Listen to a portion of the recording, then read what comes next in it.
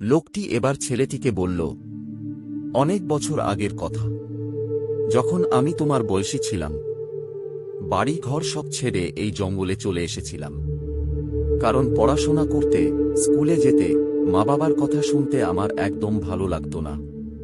তাই মনে হয়েছিল আমি যদি সব ছেড়ে জঙ্গলে গিয়ে থাকি নিজের মতো থাকতে পারব। সেই ভেবে আমি জঙ্গলে চলে আসি। এখানে এসে দুদিন খুব ভালোভাবে কেটেছিল, কিন্তু তারপর আমার বড্ড একা একা লাগছিল। তখন মনে হলো আমি এবার বাড়ি ফিরে যাই।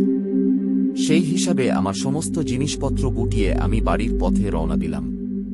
কিন্তু বিশ্বাস করো, আমি বাড়ি যাওয়ার রাস্তা খুঁজে পেলাম না।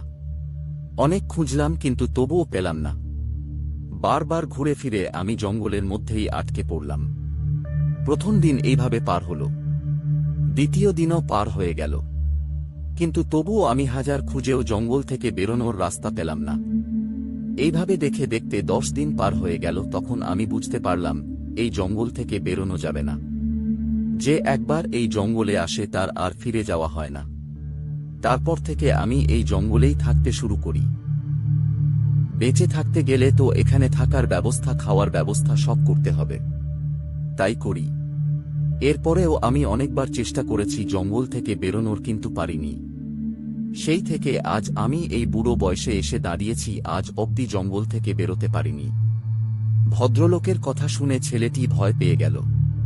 সে বলল, তাহলে আমিও কি কখনোই জঙ্গল থেকে বেরোতে পারবো না? আমাকেও কি এখানেই আটকে থাকতে হবে? বয়স্ক লোকটি আকাশের দিকে তাকিয়ে বলল, জানি না, হয়তো তাই। ছেলেটি এবার কাঁদতে কাঁদতে বলল, এতক্ষণ আমার ভয় করছিল না, কিন্তু এখন আমার ভয় করছে। আমার মায়ের কথা খুব মনে পড়ছে। তখন লোকটি বলল, দেখো, আমি তো একা ছিলাম, তাই বেরোনোর পথ খুঁজে পাইনি। এখন তুমি তো একা নও, আমি তোমার সাথে আছি। আমি তোমাকে সাহায্য করব, নিশ্চয়ই কোনো পথ বেরোবে। তুমি এখন আমার সাথে আমার ঘরে চলো।